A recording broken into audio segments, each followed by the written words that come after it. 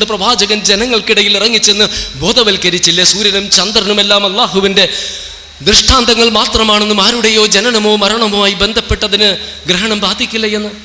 എന്തുകൊണ്ടാണ് പ്രവാചകൻ അങ്ങനെ ഉത്ബോധിപ്പിച്ചത്? എന്തുകൊണ്ടാണ് അന്ത്യശ്വാസം വലിക്കുമ്പോഴും അള്ളാഹുവെ എൻ്റെ കബറിടം ഒരു ആരാധനയിടമാക്കരുത് എന്ന് പ്രവാചകൻ പ്രാർത്ഥിച്ചത്? എന്തുകൊണ്ടാണ് തങ്ങളുടെ പ്രവാചകരുടെ കബറിടങ്ങൾ ആരാധനയിടമാക്കിയതിന് യഹൂദികളെയും ക്രൈസ്തവരെയും ശപിച്ചിരിക്കുന്നു എന്ന് പ്രവാചകൻ ഉണർത്തിയത്? എന്തുകൊണ്ടാണ് മരണസമയത്തും ഈസാ നബി അലൈഹി ഇസ്ലാമിനെ ക്രിസ്ത്യാനികൾ ദൈവവും ദൈവപുത്രനുമാക്കിയതുപോലെ മുസ്ലിങ്ങൾ എന്നെ ദൈവവും ദൈവപുത്രനുമാക്കരുത് എന്ന് പ്രവാചകൻ അള്ളാഹുവിനോട് കേണത്? എന്തുകൊണ്ടാണ് ഫാത്തിമത്തു കിത്തുഅത്ത് കബദി, ഫാത്തിമന്റെ കരളിന്റെ കഷ്ണമാണെന്ന് പറയാറുള്ള പ്രവാചകൻ യാ ഫാത്തിമത ബിന്ത മുഹമ്മദിൻ അൻഖദി നഫ്സകി മിനൻ നാരി, മുഹമ്മദിന്റെ മകൾ ഫാത്തിമ, നീ നിന്റെ ശരീരത്തെ നരകത്തിൽ നിന്ന് കാത്തു സൂക്ഷിക്കണമേ എന്ന് മുന്നറിയിപ്പ് നൽകിയത്? എന്തുകൊണ്ടാണ് വമാ അർസൽനാക ഇല്ലാ കാഫത്തൻ ലിന്നാസ്, സമസ്ത ലോകങ്ങളിലേക്കുമായിട്ടല്ലാതെ മനുഷ്യർക്കുമായിട്ടല്ലാതെ താങ്കളെ നാം നിയോഗിച്ചിട്ടില്ല എന്നും വമാ അർസൽനാക ഇല്ലാ റഹ്മത്തൻ ലിൽ ആലമീൻ, സമസ്ത ലോകങ്ങളിലേക്കും ഒരു കാരുണ്യമായിട്ടല്ലാതെ താങ്കളെ നാം നിയോഗിച്ചിട്ടില്ല എന്നും മുഹമ്മദ് റസൂലുള്ളാഹ് അള്ളാഹുവിൻ്റെ പ്രവാചകനാണെന്നും എല്ലാം വിശേഷിപ്പിക്കപ്പെട്ട അന്ത്യപ്രവാചകൻ മുഹമ്മദ് നബി സല്ലല്ലാഹു അലൈഹി വസല്ലമയ്ക്ക് വേണ്ടിയും എന്തുകൊണ്ടാണ് ഖലീലുല്ലാഹ് അള്ളാഹുവിൻ്റെ കൂട്ടുകാരനെന്നും വിശ്വാസികളുടെ നേതാവുമായി വിശേഷിപ്പിക്കപ്പെട്ട ഇബ്രാഹിം നബി അലൈഹി ഇസ്ലാമയ്ക്ക് വേണ്ടിയും എന്തുകൊണ്ടാണ് കലീമുള്ള അള്ളാഹുവിൻ്റെ വചനം കേൾക്കുകയും അള്ളാഹുവിൻ്റെ അനുമതിയാൽ ഒട്ടനവധി അത്ഭുതങ്ങൾ ചെയ്ത മൂസാ നബി അലൈഹി ഇസ്ലാമയ്ക്ക് വേണ്ടിയും എന്തുകൊണ്ടാണ് റൂഹുള്ള അള്ളാഹുവിൻ്റെ ആത്മാവെന്നും കലിമത്തുള്ള അള്ളാഹുവിൻ്റെ വചനമെന്നുമെല്ലാം വിശേഷിപ്പിക്കപ്പെട്ട ഈസാ നബി അലൈഹി ഇസ്ലാമയ്ക്ക് വേണ്ടിയും മറ്റു പ്രവാചകർക്ക് വേണ്ടിയും കുറ്റങ്ങളും കുറവുകളുമുള്ള നമ്മോട് പ്രാർത്ഥിക്കുവാൻ അള്ളാഹു കൽപ്പിച്ചത്? എന്തുകൊണ്ടാണ് ആദം, നൂഹ്, ലൂത്ത്, ഈസാ, മൂസ അലൈഹിമുസ്സലാം അങ്ങനെ ഖുർആൻ പേരെടുത്ത് പരാമർശിച്ചിട്ടുള്ളതും പരാമർശിച്ചിട്ടില്ലാത്തതുമായ എല്ലാ പ്രവാചകരും അള്ളാഹുവിനോട് മാത്രം പ്രാർത്ഥിച്ചത്, അള്ളാഹുവിനെ മാത്രം ആരാധിച്ചത്? എന്തുകൊണ്ട് അവർ ഖബറാരാധന നടത്തിയില്ല? എന്തുകൊണ്ട് എന്ന ചോദ്യങ്ങളുണ്ടല്ലോ, ആ ചോദ്യങ്ങൾക്കുള്ള മറുപടി അവർക്കുണ്ടാവുകയില്ല. അതാണ് തൗഹീദിന്റെ അജയ്യത. മനുഷ്യരുടെ ഉള്ളിലാണ് ദൈവമെന്ന് പറയുന്ന ഒരു വിഭാഗമുണ്ട്. അവർ നൽകുന്ന ഉദാഹരണങ്ങളുണ്ട്. അദ്വൈത സിദ്ധാന്തം ശങ്കരാചാര്യർ മുന്നോട്ട് വെച്ചതും മുസ്ലിങ്ങൾക്കിടയിലെ സൂഫികൾ വിശ്വസിക്കുന്നതും അംഗീകരിക്കുന്നതും പ്രചരിപ്പിക്കുന്നതും എൻ്റെയും നിങ്ങളുടെയും ഉള്ളിലാണ് ദൈവമെന്ന് അവർ നൽകുന്ന ഉദാഹരണങ്ങളാണ് മൺചട്ടിയും മണ്ണും ആഭരണവും സ്വർണവും. മൺചട്ടി മണ്ണുകൊണ്ടുണ്ടാക്കുന്നു, മൺചട്ടി പൊട്ടിയാൽ മണ്ണായി തീരുന്നു. ആഭരണം സ്വർണം കൊണ്ടുണ്ടാക്കുന്നു, ആഭരണം ഉരുക്കിയാൽ സ്വർണമായി തീരുന്നു. അതുപോലെ നമ്മുടെ ശരീരമാകുന്ന ചട്ടി മരണത്തോടുകൂടി തകരുന്നു.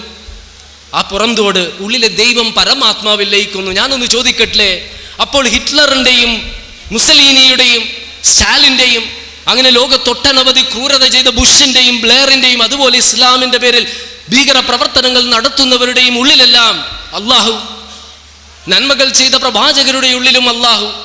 അപ്പോൾ അള്ളാഹു തന്നെയല്ലേ ക്രൂരരായിട്ടുള്ള ആളുകളെ കൊണ്ട് ഈ തിന്മകൾ ചെയ്യിപ്പിക്കുന്നതും നല്ല ആളുകളെ കൊണ്ട് നന്മ ചെയ്യിപ്പിക്കുന്നതും? കറുത്ത നൂലുകൊണ്ട് നെയ്താൽ കറുത്തമുണ്ട്, വെളുത്ത നൂലുകൊണ്ട് നെയ്താൽ വെളുത്തമുണ്ട്. എല്ലാ നന്മകളുടെയും ഉറവിടമായ പരമാത്മാവ്, പ്രപഞ്ചനാഥനായ സൃഷ്ടാവിൽ നിന്നും നന്മ മാത്രമേ പുറത്തു വരുവാൻ പാടുള്ളൂ. എങ്ങനെ പരിണമിച്ച് തിന്മയുണ്ടായി? പരിണാമത്തിൻ്റെ എല്ലാ ദിശകളും തരണം ചെയ്താലും അവസാനം പരമാത്മാവിൽ ലയിച്ചാലും തിന്മയായി മാറില്ലേ? അതുകൊണ്ട് തന്നെ തൗഹീദ് എന്ന അത്യുജ്വലമായ യുക്തിഭദ്രമായ സത്യസന്ധമായ ഇസ്ലാമിക ദൈവിക ദർശനത്തിൻ്റെ മുൻപിൽ മറ്റെല്ലാ വികലമായ ദൈവവിശ്വാസങ്ങളും അർത്ഥശൂന്യമാകുന്നത് കൊണ്ട് തന്നെയാണ് ലോകത്തിൻ്റെ വിവിധ ഭാഗങ്ങളിൽ ആളുകൾ ഇസ്ലാമിക വിശ്വാസത്തിലേക്ക് കടന്നു വരുന്നത്. വിലക്കപ്പെട്ട കനി ഹവ്വ ഭക്ഷിക്കുകയും ആദമിനെ കൊണ്ട് ഭക്ഷിപ്പിക്കുകയും ചെയ്തതിനാൽ സർവ്വ മനുഷ്യരും പാപികളായെന്നും അതുകൊണ്ട് ദൈവം തൻ്റെ ഏകപുത്രനായ യേശുവിനെ ഭൂമിയിലേക്ക് അയച്ചുവെന്നും യേശു കുരിശിൽ കിടന്ന് നമ്മുടെ എല്ലാം പാപങ്ങൾ ഏറ്റെടുത്തു മരിച്ചുവെന്ന് വിശ്വസിച്ചാൽ എൻ്റെയും നിങ്ങളുടെയും പാപങ്ങളെല്ലാം പൊറുക്കപ്പെടുമെന്നതാണ് ക്രൈസ്തവർ പ്രചരിപ്പിക്കുന്നത്. അപ്പോൾ തിന്മകൾ ഏറ്റെടുക്കാൻ ദൈവപുത്രനുണ്ട് എങ്കിൽ എന്തിന് മനുഷ്യൻ തിന്മകളെ ഭയപ്പെടണം, തിന്മകളിൽ നിന്ന് മാറി നിൽക്കണം? ഒരുപാട് ക്രൂരത ചെയ്ത ഹിറ്റ്ലർ മരണസമയത്ത് പറയുന്നു, ഞാൻ യേശുവിലും യേശുവിൻ്റെ കുരിശുമരണത്തിലും വിശ്വസിച്ചു എന്ന് പറഞ്ഞാൽ ഹിറ്റ്ലറിൻ്റെ തിന്മകൾ മുഴുവനും യേശു ഏറ്റെടുത്തില്ലേ? അതുപോലെ എന്തിന് മനുഷ്യൻ നന്മ ചെയ്യണം? ജ്ഞാനത്തിലൂടെ മാത്രമേ മോക്ഷം ലഭിക്കുകയുള്ളൂ എന്ന് ശങ്കരാചാര്യരും ഭക്തിയിലൂടെ മാത്രമേ മോക്ഷം ലഭിക്കുകയുള്ളൂ എന്ന് മധ്വാചാര്യനും രാമാനുജവും ബ്രാഹ്മണൻ ബ്രാഹ്മണനും ക്ഷത്രിയൻ ക്ഷത്രിയനും വൈശ്യൻ വൈശ്യനും ശൂദ്രൻ ശൂദ്രനുമായി ജീവിച്ചാൽ മാത്രമേ മോക്ഷം ലഭിക്കുകയുള്ളൂ എന്ന് അവരുടെ വേദഗ്രന്ഥങ്ങളും പറയുന്നു. ഇതിൽ നിന്നെല്ലാം ഭിന്നമായിട്ട് ഇസ്ലാം പഠിപ്പിക്കുന്ന ഒരു യാഥാർത്ഥ്യമുണ്ട്.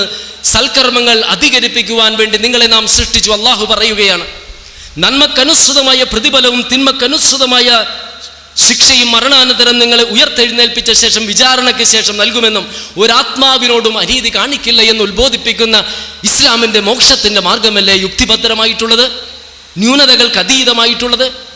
അങ്ങനെ ദൈവവിശ്വാസത്തിൻ്റെ കാര്യമായാലും പരലോക വിശ്വാസത്തിൻ്റെ കാര്യമാണെങ്കിലും അജയ്യമായ ഈ ദൈവിക ദർശനത്തിന് മുൻപിൽ പിടിച്ചു നിൽക്കുവാൻ സാധിക്കാത്ത ഇരുട്ടിൻ്റെ ശക്തികൾ ഇസ്ലാമിനെതിരെ ഒട്ടനവധി ആരോപണങ്ങളുമായിട്ട് വരുന്നുണ്ട്. സ്വാതന്ത്ര്യത്തിനും മനുഷ്യാവകാശങ്ങൾക്കും യാതൊരു വിലയും കൽപ്പിക്കാത്ത മതതത്വ സംഹിതയാണ്, പ്രാകൃതമായ ഒരു മതമാണ് ഇസ്ലാമിൻ്റേത്. അതുകൊണ്ട് തന്നെ പാശ്ചാത്യ സംസ്കാരം ഇസ്ലാമിൻ്റെ മേൽ അടിച്ചേൽപ്പിക്കണമെന്നാണ് അവർ നിരന്തരം മുറവിളി കൂട്ടിക്കൊണ്ടിരിക്കുന്നത്. സ്വാതന്ത്ര്യത്തെയും അവകാശങ്ങളെയും സംബന്ധിച്ച് പറയുവാൻ എന്ത് അവകാശമാണ് അവർക്കുള്ളത്? വ്യഭിചരിക്കാനും വ്യഭിചരിക്കാതിരിക്കാനും മദ്യപിക്കാനും മദ്യപിക്കാതിരിക്കാനും ചൂതാട്ടത്തിൽ പങ്കെടുക്കാനും പങ്കെടുക്കാതിരിക്കാനും നഗ്നചിത്രങ്ങൾ കാണാനും കാണാതിരിക്കാനും അവിഹിത ഗർഭം ധരിക്കാനും ധരിക്കാതിരിക്കാനും മനുഷ്യന് സ്വാതന്ത്ര്യമുണ്ടെന്ന് വാദിക്കുന്ന ഇത്തരം ആളുകൾ എന്തുകൊണ്ടാണ് ശിരോവസ്ത്രം ധരിക്കുന്നതും പർദ്ദ അണിയുന്നതും നഗ്നത മറക്കുന്നതും നിരോധിച്ചുകൊണ്ടുള്ള നിയമങ്ങൾക്കെതിരെ ശബ്ദിക്കാത്തത്? നഗ്നത പ്രദർശിപ്പിക്കുന്നത് സ്വാതന്ത്ര്യമാണ് എങ്കിൽ ഇഷ്ടാനുസരണം നഗ്നത മറക്കുന്നതും സ്വാതന്ത്ര്യമല്ലേ?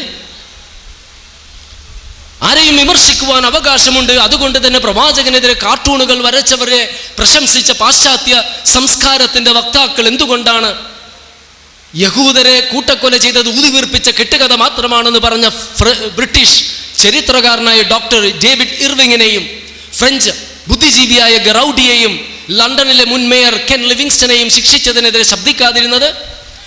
എന്തും വിശ്വസിക്കുവാനും പ്രചരിപ്പിക്കുവാനും മനുഷ്യന് അവകാശമുണ്ട് എന്ന് വാദിക്കുന്ന പാശ്ചാത്യ സംസ്കാരത്തിൻ്റെ വക്താക്കൾ എന്തുകൊണ്ടാണ് സ്വിറ്റ്സർലൻഡിൽ മസ്ജിദുകൾ നിർമ്മിക്കുന്നത് നിരോധിച്ചതിനെതിരെ ശബ്ദിക്കാതിരുന്നത്? ഓസ്ട്രേലിയയിലെ കൗണ്ടി കൗൺസിലുകൾ വ്യഭിചാരശാലകൾക്കും മദ്യശാലകൾക്കും അനുവാദം നൽകുകയും പ്രപഞ്ചനാഥനായ സൃഷ്ടാവിനെ മാത്രം ആരാധിക്കുവാനുള്ള മസ്ജിദുകൾ നിർമ്മിക്കുവാനുള്ള അനുമതി നിഷേധിച്ചതിനെതിരെ ശബ്ദിക്കാതിരുന്നത്? വിചാരണയില്ലാതെ ആരെയും ശിക്ഷിക്കരുതെന്നും തടവിലാക്കരുതെന്നും പീഡിപ്പിക്കരുതെന്നും പറയുന്ന പാശ്ചാത്യ സംസ്കാരത്തിൻ്റെ വക്താക്കൾ എന്തുകൊണ്ടാണ് ഇറാഖിലെ അബുഗ്രൈബ് തടവറയിലും അഫ്ഗാനിസ്ഥാനിലും ലോകത്തിൻ്റെ വിവിധ ഭാഗങ്ങളിലുള്ള CIA രഹസ്യ കേന്ദ്രങ്ങളിലും മുസ്ലിങ്ങളെ പീഡിപ്പിക്കുന്നതിനെതിരെ ശബ്ദിക്കാത്തത്? അതുകൊണ്ട് സ്വാതന്ത്ര്യത്തെയും അവകാശങ്ങളെയും സംബന്ധിച്ച് അവർ സംസാരിക്കേണ്ട കാര്യമില്ല. എന്നാൽ 1948 ഐക്യരാഷ്ട്രസഭ നൽകിയതിനേക്കാൾ അർത്ഥപൂർണമായ അവകാശങ്ങളിൽ ഇസ്ലാം നൽകിയിട്ടുള്ളത്.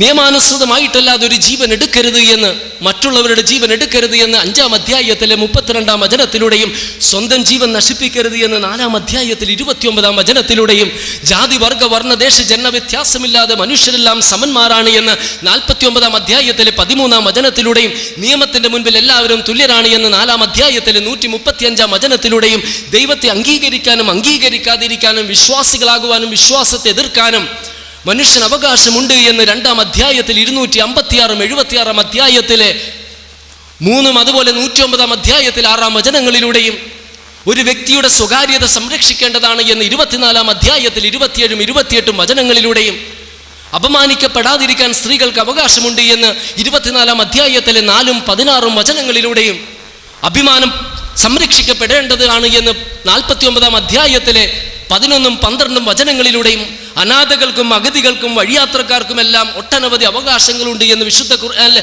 പല വചനങ്ങളിലൂടെയും ഉണർത്തുന്ന ഖുർആനെതിരെ എങ്ങനെയാണ് ഇവർക്ക് പറയുവാൻ സാധിക്കുന്നത് മനുഷ്യാവകാശങ്ങൾക്ക് വില കൽപ്പിക്കാത്ത പ്രാകൃതമായ മതമാണ് എന്ന്?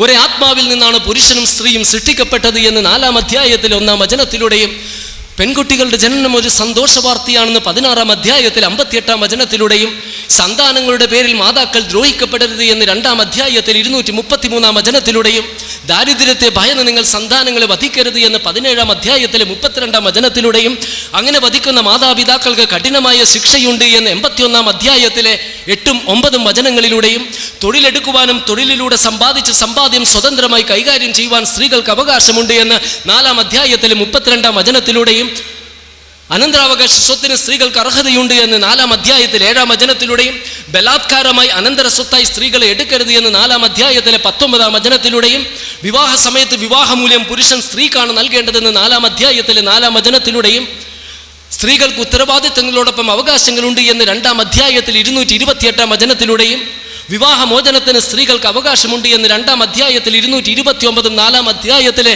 128 വചനങ്ങളിലൂടെയും വിവാഹമോചിതക്ക് ജീവനാംശത്തിന് അവകാശമുണ്ട് എന്ന് 2-ാം അധ്യായത്തിൽ 241-ാം വചനത്തിലൂടെയും മാതാവിന് ഉന്നതമായ സ്ഥാനമാണ് എന്ന് 31-ാം അധ്യായത്തിലെ 14-ാം വചനത്തിലൂടെയും എല്ലാത്തിനും ഉപരിയായി മരണാനന്തരം പരലോകത്ത് അള്ളാഹുവിൽ നിന്ന് പ്രതിഫലം ലഭിക്കുവാൻ സ്ത്രീകൾക്ക് അവകാശമുണ്ട് എന്ന് 16-ാം അധ്യായത്തിലെ 97-ഉം 33-ാം അധ്യായത്തിലെ 36-ഉം വചനങ്ങളിലൂടെയെല്ലാം ഉണർത്തുന്ന വിശുദ്ധ ഖുർആന്റെ നേരെ വിരൽ ചൂണ്ടിക്കൊണ്ട് മനുഷ്യാവകാശങ്ങൾക്ക് യാതൊരു വിലയും കൽപ്പിക്കാത്ത പ്രാകൃതമായ തത്വസംഹിതയാണ് എന്ന് പറയുവാൻ ആർക്കാണ് കഴിയുന്നത്? ദൈവവിശ്വാസത്തിൻ്റെ കാര്യമാണെങ്കിലും പരലോക വിശ്വാസത്തിൻ്റെ കാര്യമാണെങ്കിലും ഇസ്ലാം നൽകുന്ന നിയമങ്ങളുടെയും സ്വാതന്ത്ര്യങ്ങളുടെയും നിയന്ത്രണങ്ങളുടെയും കാര്യമാണെങ്കിലും മറ്റൊരു തത്വസംഹിതക്കും ഇസ്ലാമിൻ്റെ മുൻപിൽ പിടിച്ചു നിൽക്കുവാൻ സാധിക്കാത്തത് കൊണ്ടാണ് ന്യൂനപക്ഷത്തിൽ ന്യൂനപക്ഷമായൊരു വിഭാഗം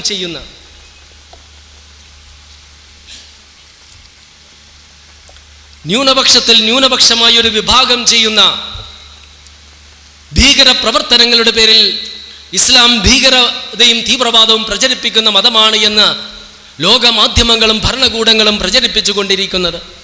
ഭാരതത്തിൽ കുറച്ചാളുകൾ വഞ്ചിച്ചാൽ ഭാരതീയർ മുഴുവനും വഞ്ചകരാണെന്ന് പറയുന്നത് പോലെയും അമേരിക്കയിൽ കുറച്ചാളുകൾ ബലാത്സംഗം ചെയ്താൽ അമേരിക്കക്കാർ മുഴുവനും ബലാത്സംഗം ചെയ്യുന്നവരാണെന്ന് ഉണർത്തുന്നത് പോലെയും ബ്രിട്ടനിൽ കുറച്ചാളുകൾ മോഷ്ടിച്ചാൽ ബ്രിട്ടീഷുകാർ മുഴുവനും മോഷ്ടാക്കളാണെന്ന് പറയുന്നത് പോലെയാണ് 130 കോടിയിൽ പരം വരുന്ന മുസ്ലിങ്ങളിൽ ന്യൂനപക്ഷമായൊരു വിഭാഗം നടത്തുന്ന ഭീകര പ്രവർത്തനങ്ങളുടെ അടിസ്ഥാനത്തിൽ മുസ്ലിങ്ങളെ ഒന്നടങ്കം ഭീകരവാദികളും തീവ്രവാദികളുമായി ചിത്രീകരിക്കുകയും അവരെ സംശയദൃഷ്ടിയോടെ നോക്കുകയും വിമാനത്താവളങ്ങളിൽ തടഞ്ഞു നിർത്തുകയും മണിക്കൂറുകളോളം ദേഹപരിശോധന നടത്തുകയും വിചാരണയില്ലാതെ തടവിലാക്കുകയും പീഡിപ്പിക്കുകയും വ്യാജ ഏറ്റുമുട്ടലുകളിൽ അവരെ വധിക്കുകയും എല്ലാം ചെയ്യുന്നത്. മദ്യപിച്ച് വാഹനമോടിച്ച് അപകടമുണ്ടാക്കിയ ഡ്രൈവറുടെ ഡ്രൈവിങ്ങിൻ്റെ അടിസ്ഥാനത്തിൽ ഒരു റോൾസ് റോയ്സ് കാറിനെ വിലയിരുത്തുന്നത് പോലെയാണ് ഇസ്ലാമുമായി യാതൊരു ബന്ധവുമില്ലാത്ത പ്രവർത്തനങ്ങൾ നടത്തുന്ന മുസ്ലിം നാമധാരികളുടെ പ്രവർത്തനങ്ങളിലൂടെ ഇസ്ലാമിനെ മുസ്ലിങ്ങളെ വിലയിരുത്തുന്നത്. ഒരു കുഞ്ഞിന് ജന്മം നൽകിയ വ്യക്തിയെ പിതാവെന്ന് വിളിക്കാമെങ്കിലും പിതാവിൻ്റെ ഉത്തരവാദിത്തങ്ങളും കടമകളും നിർവഹിക്കാത്ത ഒരു വ്യക്തിയെ പിതാവെന്ന് വിളിക്കുവാനോ പിതാവെന്ന ഉന്നത സ്ഥാനത്തെ വിലയിരുത്തുവാനോ കഴിയില്ല.